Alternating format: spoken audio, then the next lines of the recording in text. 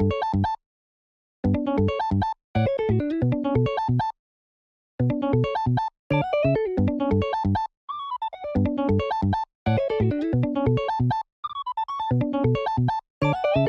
what's up, ladies and gentlemen? Good to see you again. We've got a couple matches up against my man Jacob here. I'm playing Gecko Moria. He's playing Newgate. And yeah, these are usually pretty quick matches because Newgate is like, hey, I'm just trying to whittle you down as fast as possible. And I'm like, all right, cool. I'm basically trying to do the same thing. And I'll be using like Perona to get some cards out of hand and hopefully drawing into the necessary removal for, you know, maybe some of the annoying pieces that my opponent can have, which is usually speaking like the 5-cost Luffy, you know, potentially the 4-cost Marco blocker, depending on the situation. But I do end up getting the Sindri down, which gets Perona onto the board, which I'm very happy about. I get some cards out of hand, as well as looking at my hand right here. I actually end up prioritizing a little too much on keeping the Ice Age as well as the Great Eruption in hand versus Counterpower. And Counterpower is pretty important, all things considered. So a little 5k swing here from Nami. I am just going to give him a Suru, and he does end up using his 1-cost Nami to find the 5-cost Luffy. And I'll take the 6k swing. But as you can see, we now have a lot of our 2k counters in the trash. That's not exactly the greatest feeling in the world against a Newgate player. You're like, oh shoot, I do need 2k counters, so I am just going to go ahead and use Great Eruption though, see what I can find. My Sindri unfortunately ended up hitting, you know, quite a bit of our 2ks, and there goes another one with the Suru being added to the trash pile. I end up getting a 9-cost Newgate off of the Perona swing though, and then he's just going to give me a 5-cost Marco to get out of the 6k from Perona here. But I don't hate what we got going on right now. The unfortunate thing is I can't really defend my board. So I'm just going to have to take this 7k, let Perona go from the 6k, and then I'm also just going to have to take the 7k from the Rush Luffy here. I've got 7 Dawn to work with. No removal though, which is very unfortunate. I was trying to find Absalom, and unfortunately I end up trashing my Lucci here, which, yeah, arguably it's great to have for the next turn since we have 8-cost Moria in hand, but still a little rough on not seeing the Absalom so far. I would have really been happy to try and get that card into trash and remove this 5-cost Luffy, because I know that this is going to be very annoying to deal with, and that's just an easy 1k counter for him to get out of. And I'm going to swing 7 into it, which I know is just going to be a free 2k counter for him as well. I'm considering on trashing the Great Eruption or not, and I believe that I do decide to, and if I don't, I go with the brand new. But I'm trying to think of whether I need some of the counter power, and unfortunately I decide to go with the route that leaves me with no counter power and then playing into Hogback. So I have all of 2 1k counters in hand right now, leaving the 5-cost Luffy on the board as well. Pretty rough. 7k swing I'm gonna have to take. 7k here I can get out by using all my blockers, but I do just decide to take this, and then he attaches the rest to Nami, which I was not expecting, and I was like, oh geez, I am going to 0 life. And sure enough, I am. I finally draw into 1 removal card, being the Lucci here, but it does feel like it's a little too late. Yeah, we're at 9 Dawn.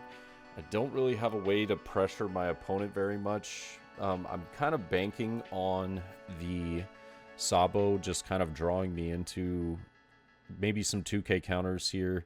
That's basically my hopes and prayers are like being answered by Sabo drawing into 2ks, but unfortunately we've trashed quite a bit of them already, and I end up finally finding the Absalom, which was a little insult to injury towards the end of this game. Yeah, just having a lot of the 2k counters played out from hand, obviously being or trash, being the Peronas, and then just having my Surus being constantly trashed was really unfortunate. I think the previous turn going for a hogback into a 2k counter would have been a lot more helpful for us than just getting one card out of hand. Granted, I do have a way to remove the 5-cost Luffy this turn now.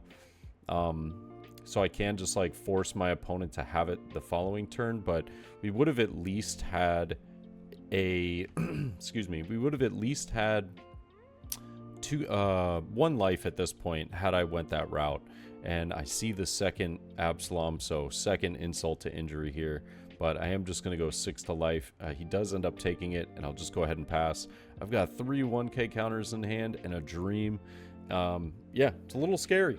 If he's got the 5-cost Luffy, I am pretty down bad, but I decided to just counter out and put him on having it.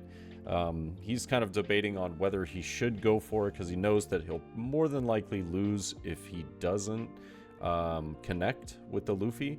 But with me having only 4 cards in hand, I have to have, what is it, 3 2Ks and a 1K to get out of the attack. So I would say he can be pretty confident knowing that, you know, taking a look through my trash, I don't believe we've seen any other 8-cost Morias as well. So more than likely I have 1 in hand, so there's got to be at least 1 dead card. He does decide to go with the Luffy attached to them, and I got obviously a whole bunch of nothing. Trying to have the Absalom in the early stages of that match were extremely excruciating for me. But we do end up playing a second match as well as a third, but I only am just posting the first 2 matches just because, you know, videos get a little long if you start to post 3 matches in them. Lucky for us, though, this matchup is actually it's usually very quick, so that's always nice. But Izo draws into a 9-cost Whitebeard here for Jacob, and I am, as you can see, kind of upset again. My hand is not great. Just looking at it, I'm unfortunately forced to trash another one of my 2k counters, but having 2 of my 8 costs in hand is a little rough. I'm lacking counter power once again, so a pretty rough start for us, but a big swing with Izo as well as a big swing with the leader is going to get me down to 3 life here. I've got to get Makino off the board just because it makes Izo, you know, a threat over and over again. I'll go ahead and play Sabo, though, hoping to draw into some removal. We do find some pretty decent stuff. Like, finding the Absalom here is fantastic. I think just getting rid of 2 Morias is perfectly fine. I don't necessarily love that card in this matchup. It's great, you know, if I'm able to stay healthy, but at the position that we're at, you know, we're looking a little scary. He's just going to slap down the Marco, though, so no rush Luffy here is nice for us. It gives us a turn to kind of reset back up, and I know that I kind of want to pressure what he's got going on with this Marco, but just getting Kuzan onto the board, if this can stick, this is an extremely annoying card for my opponent here.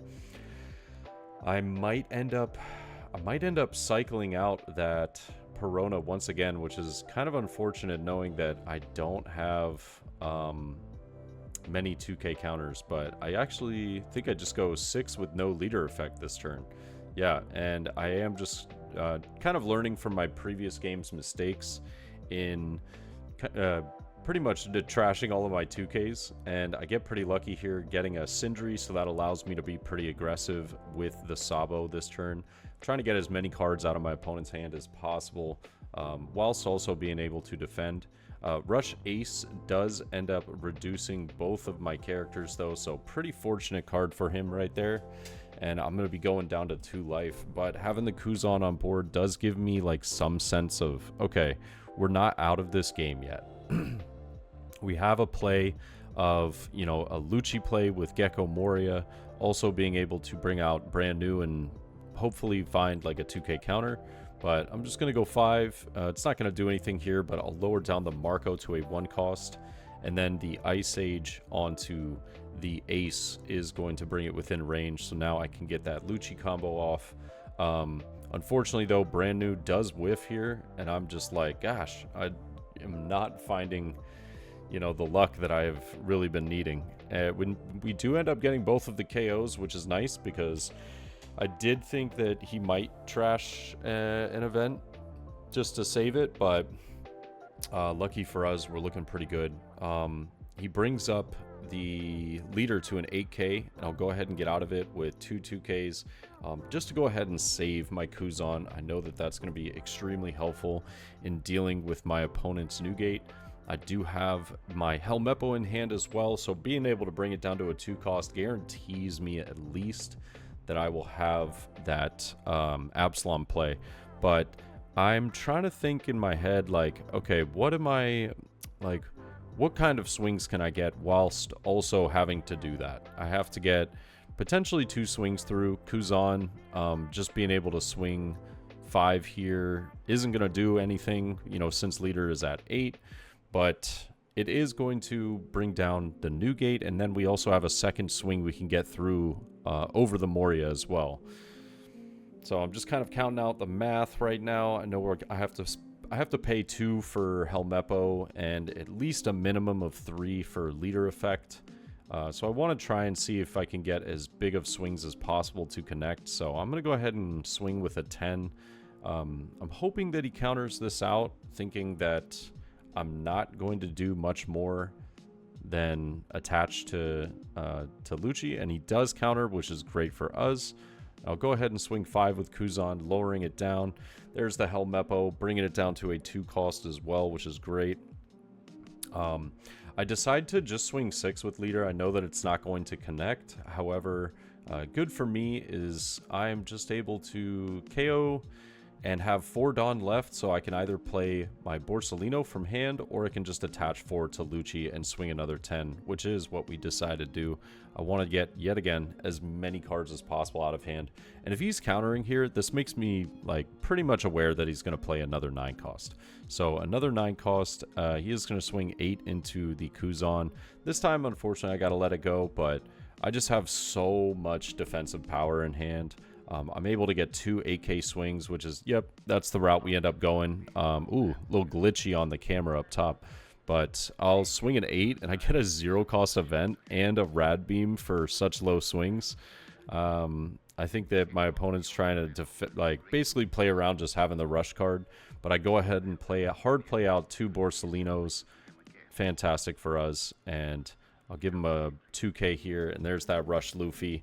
The rest just swinging straight at life, and of course he's gonna have to take that last card, but this leaves him only with 2 cards in hand, and he does whiff as well on that. So the rest goes on to Moria. We end up taking that game, and yeah, I felt like we played that a little better. Obviously, just seeing Absalom is extremely helpful, you know, because not seeing it the previous match was pretty much to our detriment. But hope you guys enjoyed, and I will catch y'all in the next one. Peace.